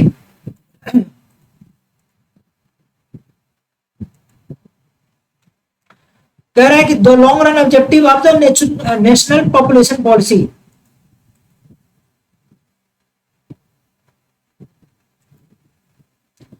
national population policy 2000 is to achieve a stable population by the year. राष्ट्रीय जनसंख्या नीति 2000 का दीर्घकालिक उद्देश्य को किस वर्ष तक स्थिर जनसंख्या प्राप्त करना है, 2050 नहीं, 2045 यस, 2045 टू 2047 नो, 2057 नो, ये क्या है, 2045, that is option number B. Next question को हम लोग देखेंगे, which was the international institution established after the world war second to provide long run development assistance to the developing nations. कह रहा है द्वितीय विश्व युद्ध के बाद से विकासशील देशों को दीर्घकालिक विकास सहायता प्राप्त करने के लिए कौन सी अंतरराष्ट्रीय संस्था स्थापित की गई थी, ठीक है, तो एशियन डेवलपमेंट नहीं है, यूरोपियन मॉनेटरी फंड ईएमएफ नहीं है, World bank yes, international monetary fund नहीं है, ठीक है। ये जो लॉन्ग रन है आपका देखोगे, long run development assistant provide करने के लिए इंटरनेशनल मॉनेटरी फंड आपका short term and medium term के लिए, ये क्या है आपका short term and medium term के लिए आईएमएफ प्रोवाइड करता है, लेकिन लॉन्ग टर्म डेवलपमेंट असिस्टेंट के लिए आपका world bank, that is option number C, विश्व बैंक क्या होगा, सही होगा, ऑप्शन सी। नेक्स्ट क्वेश्चन क्या है, which of the following countries, कह रहा है कि which of the following countries not a member of bay of Bengal initiative for the multi sectoral technical and economic cooperation, BIMSTEC, BIMSTEC। इसमें आप लोग देखोगे इसकी जो मेंबर कंट्रीज, इसमें कौन कौन से कंट्रीज आते हैं, इंडिया आता है, आपका आता है भूटान, नेपाल, इसमें आता है आपका श्रीलंका, ठीक है, म्यांमार, थाईलैंड, और आपका कौन सा आता है,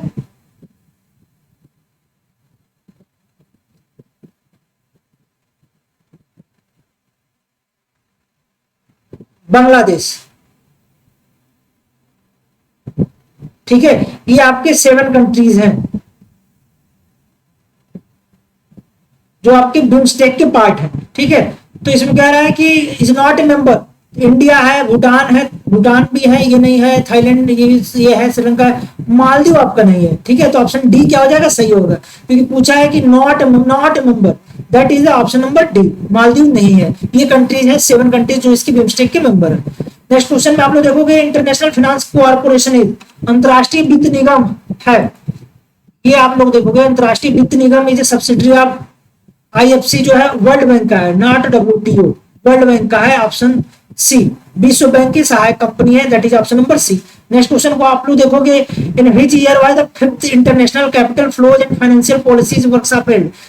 पांचवी अंतरराष्ट्रीय पूंजी प्रवाह और वित्तीय नीति कार्यशाला किस वर्ष आयोजित की गई थी? 2024 में ही आयोजित की गई है इसको, 2023 नहीं, 22 नहीं, 21 नहीं। ठीक है, 5th international capital flows and financial policy workshop held in 2024, that is option number A. Next question को आप लोग देखोगे, कह रहा है कि statement about the international monetary fund are given below.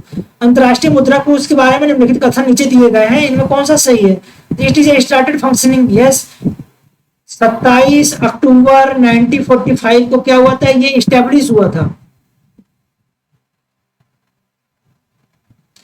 और इसका जो फंक्शनिंग है 1947 से हो गया था, इसका आईएमएफ का।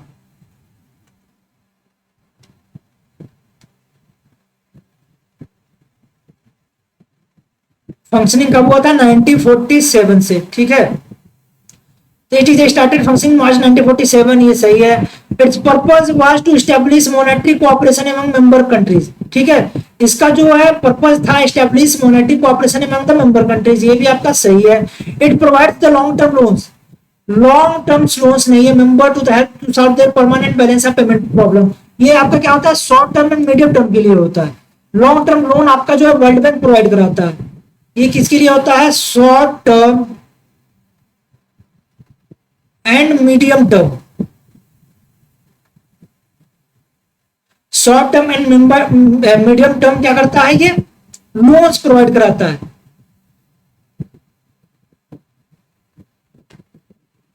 ठीक है, लॉन्ग रन के लिए आपका क्या आएगा? World bank,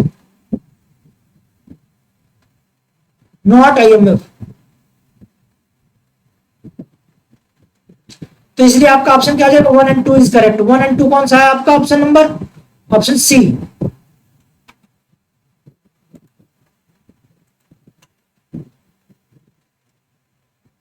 option C is right, only 1 and 2 are correct. Next question को आप लोग देखोगे, according to Nelson what causes the underdeveloped economies to get trapped in the low level equilibrium? Nelson के अनुसार जो है अल्प विकसित अर्थव्यवस्था में निम्न स्तरीय संतुलन को फंसने का क्या कारण है? हाई रेट ऑफ इन्वेस्टमेंट नहीं है, हाई टेक्नोलॉजी एडवांसमेंट ये भी नहीं है, हाई गवर्नमेंट स्पेंडिंग ये नहीं है, high correlation between the per capita income and population growth. ठीक है, प्रति व्यक्ति आय और जनसंख्या में उच्च वृद्धि का संबंध, ये है आपका क्या होगा? सही। Right option will be the option number D, high correlation between the per capita income and the population growth.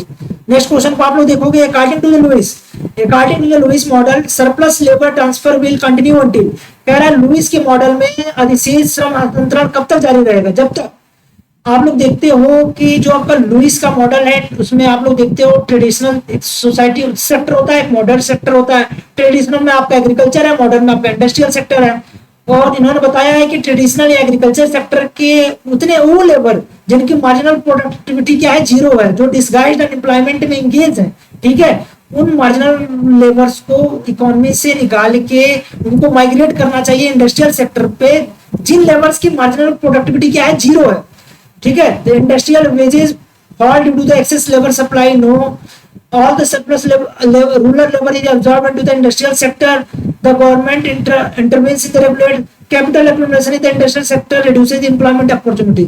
कह रहा है कि surplus labor transfer will continue until the all the surplus labor is absorbed into the industrial sector. सभी अधिशेष ग्रामीण श्रम को औद्योगिक श्रम में समाहित हो जाते हैं। तो इस क्वेश्चन का राइट ऑप्शन क्या हो जाएगा? ऑल सरप्लस रूरल लेबर, जितने भी अधिशेष ग्रामीण श्रम है वो क्या होना चाहिए? एग्रीकल्चर सेक्टर से मूव आउट करना चाहिए उनको। कहां पे? इंडस्ट्रियल सेक्टर में। ठीक है, जहां पे जिनकी मार्जिनल प्रोडक्टिविटी क्या है? जीरो है। तो option B will be the right for this question. Next question को आप लोग देखोगे, क्या है कि which factor contributes to the increase in the net output in the Meade's model? Meade के मॉडल में शुद्ध उत्पादन में वृद्धि में कौन सा कारक योगदान है? The increase in the government spending, the increase in the capital stock, labor force and technical progress. कह रहा है कि which factor contributes to the increase in the net output? To increase in the government spending नहीं है, the increase in the capital stock, labor force and technical progress. तो आपका B क्या हो जाएगा? सही है। The increase in the taxes and tariff ये नहीं है। The increase in the wages without rising in the productivity ये भी नहीं है। इस क्वेश्चन का राइट ऑप्शन क्या हो जाएगा? पूंजी स्टॉक, श्रम शक्ति और तकनीकी प्रगति में वृद्धि। Option B will be the right for this question. Next question is according to the Caldor growth model, यहाँ आप लोग देखोगे according to the Kaldor growth model what is the relationship between the technical progress and the capital accumulation. It assumes that technical progress is dependent on the rate of capital accumulation. Technical progress is independent of investment. Technical progress remains constant irrespective of economic growth, ये नहीं है. Saving and investment do not influence the technical growth, ये भी नहीं है. Technical progress is independent of investment, ये भी नहीं है. It assumes that the technical progress depends on the rate of capital accumulation. Kaldor का विकास मॉडल के अनुसार तकनीकी प्रगति और पूंजी संचय के बीच में यह संबंध है कि यह मानता है तकनीकी प्रगति पूंजी संचय के दर पर निर्भर करता है. इसलिए ऑप्शन आपका ए क्या हो जाएगा, राइट हो जाएगा. तकनीकी प्रगति निवेश स्वतंत्र है, नहीं. आर्थिक विकास के प्रवाह के बिना, ये भी नहीं है, ये भी नहीं है. Option A will be the right for this question. Next question, who developed the physical quality of life index. आपका जो PQLI है इसको किसने डेवलप किया, मॉरिस डी मॉरिस ने. 1970s की डिकेड में इसको इन्होंने डेवलप किया था.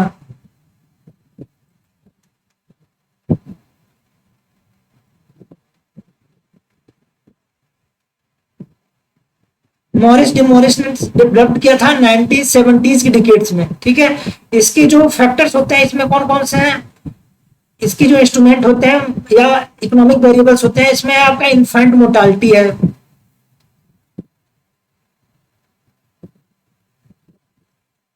ठीक है, लाइफ एक्सपेक्टेंसी है,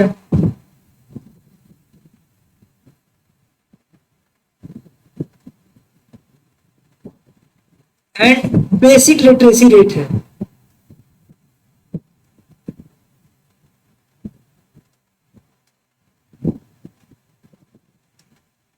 ये आपके हैं who developed the physical quality of life index. PQLI में आपका मॉरिस डी मॉरिस है. Infant mortality, life expectancy and basic literacy rate, इन तीन वेरिएबल्स को इंक्लूड किया जाता है. तो कह रहा है किसने दिया है, तो आपका Morris D Morris, option B will be the right for this question. Next question आप लोग देखोगे, consider the following statements regarding the economic policies to address the industrial pollution. औद्योगिक प्रदूषण को संबोधित करने के लिए आर्थिक नीतियों में निम्नलिखित में से कथनों पर विचार कीजिए. Carbon taxes and subsidies encourage emission reduction but designing an efficient tax regime is challenging. Yes, it is right. Providing subsidies to the industries for adopting green technology always ensure sustainable industrial growth without any fiscal stress. कह रहा है कि carbon कर और subsidy उत्सर्जन में कमी को प्रोत्साहित करते हैं, जो उसपे इम्पोजिशन ऑफ टैक्स किया जाता है, कार्बन टैक्स किया जाता है, लेकिन एक कुशल कर व्यवस्था तैयार करना चुनौतीपूर्ण है. इसलिए वन क्या है, सही है. लिखा है हरित प्रौद्योगिकी को अपनाने के लिए उद्योगों को सब्सिडी प्रदान करना हमेशा किसी भी राजकोषीय तनाव के बिना टिकाऊ औद्योगिक विकास को सुनिश्चित करता है.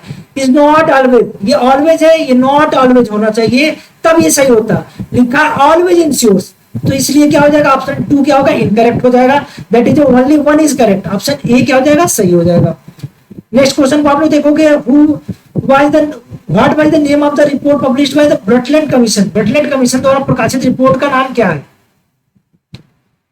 ब्रटलैंड कमीशन जो आप रिपोर्ट पब्लिश करता है उसको green future, no. Limits of growth, no. Sustainable planet, नहीं. Our common future, option D will be the right. हमारा साझा भविष्य, ऑप्शन डी क्या होगा, इस क्वेश्चन का राइट ऑप्शन होगा. नेक्स्ट क्वेश्चन क्या है, according to the Coase theorem voluntary agreements are used. कह रहा है कोष प्रमेय के अनुसार स्वैच्छिक समझौतों का उपयोग किया जाता है. To impose taxes, no. To avoid making any party overshot due to changing in resource use, yes. किसी संसाधनों का उपयोग में परिवर्तन के कारण किसी पक्ष को बेहतर स्थिति में जाने से बचाने के लिए क्या किया जाता है, कोष थ्योरम. ठीक है, आपका इम्पोजिशन ऑफ टैक्स जो है, to avoid the making any party overshot, किसी भी संसाधन उपयोग परिवर्तन के कारण किसी भी पक्ष को बेहतर स्थिति में जाने से बचाने के लिए किया जाता है. To enforce government regulation, no. To facilitate property sales, सरकारी संपत्ति की बिक्री को सुविधाजनक बनाने के लिए, नहीं. तो ऑप्शन बी क्या हो जाएगा, सही हो जाएगा.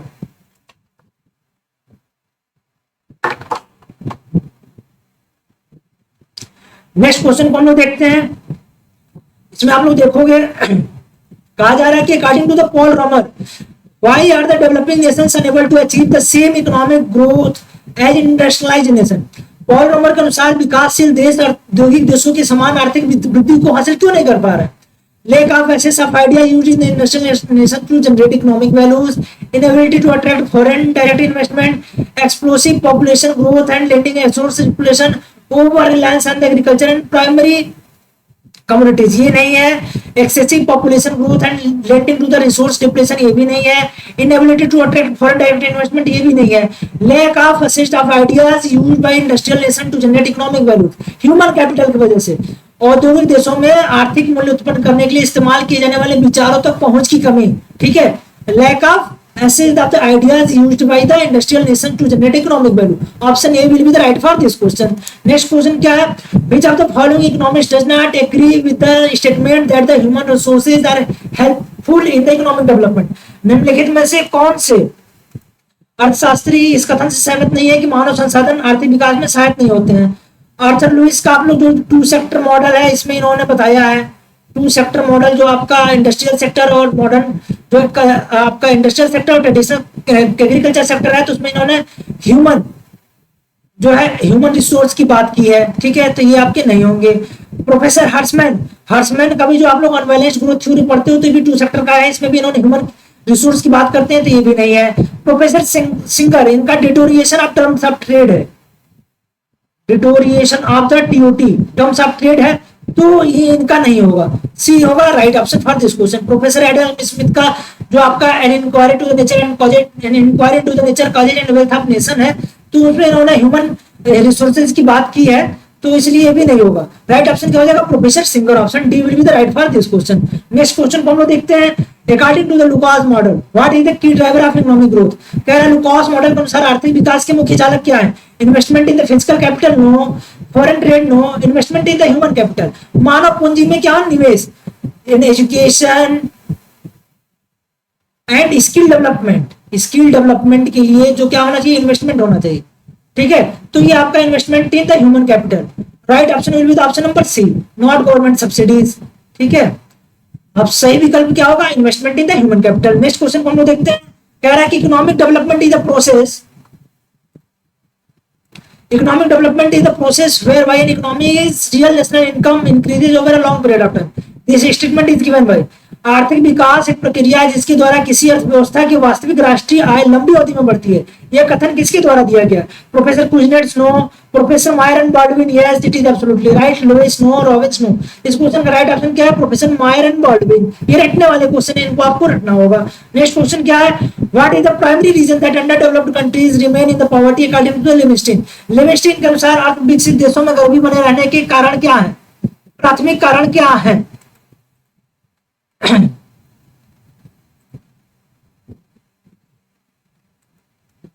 High population growth, no. ये होता है लेकिन इसके साथ कुछ और भी है, ठीक है, इंक्लूड भी आप लोग करोगे। हाई पॉपुलेशन ग्रोथ को प्राइमरी फैक्टर नहीं इंक्लूड किया जाए। Lack of natural resources, no. Vicious circle of poverty and low per capita income equilibrium, yes. Development of foreign aid, no. तो क्या होगा? बीसीएस सर्किल ऑफ पॉवर्टी निर्धारण, गरीबी का दुष्चक्र और प्रति व्यक्ति आय चक्र का कम संतुलन। Option C will be the right for this question. Next question क्या है?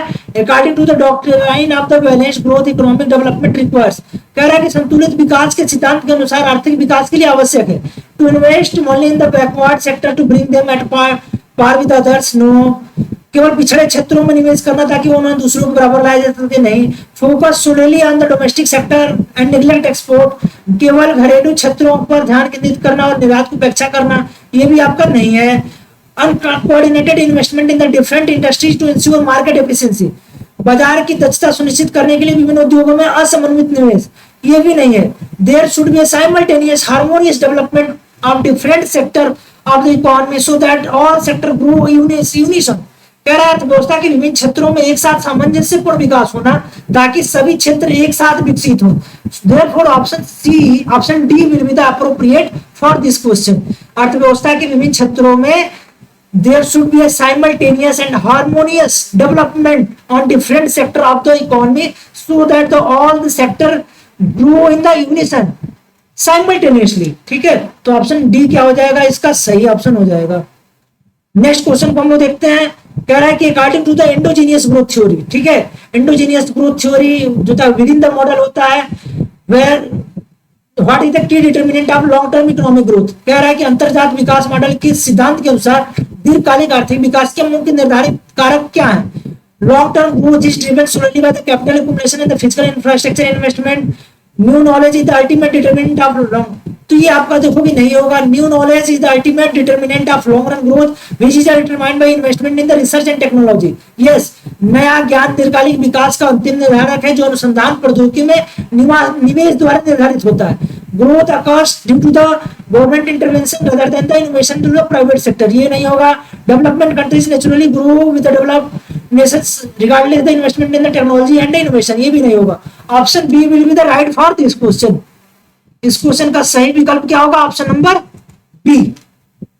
न्यू टेक्नोलॉजी नया ज्ञान दीर्घकालिक विकास का अंतिम निर्धारक है जो अनुसंधान प्रौद्योगिकी में निवेश का निर्धारित होता है।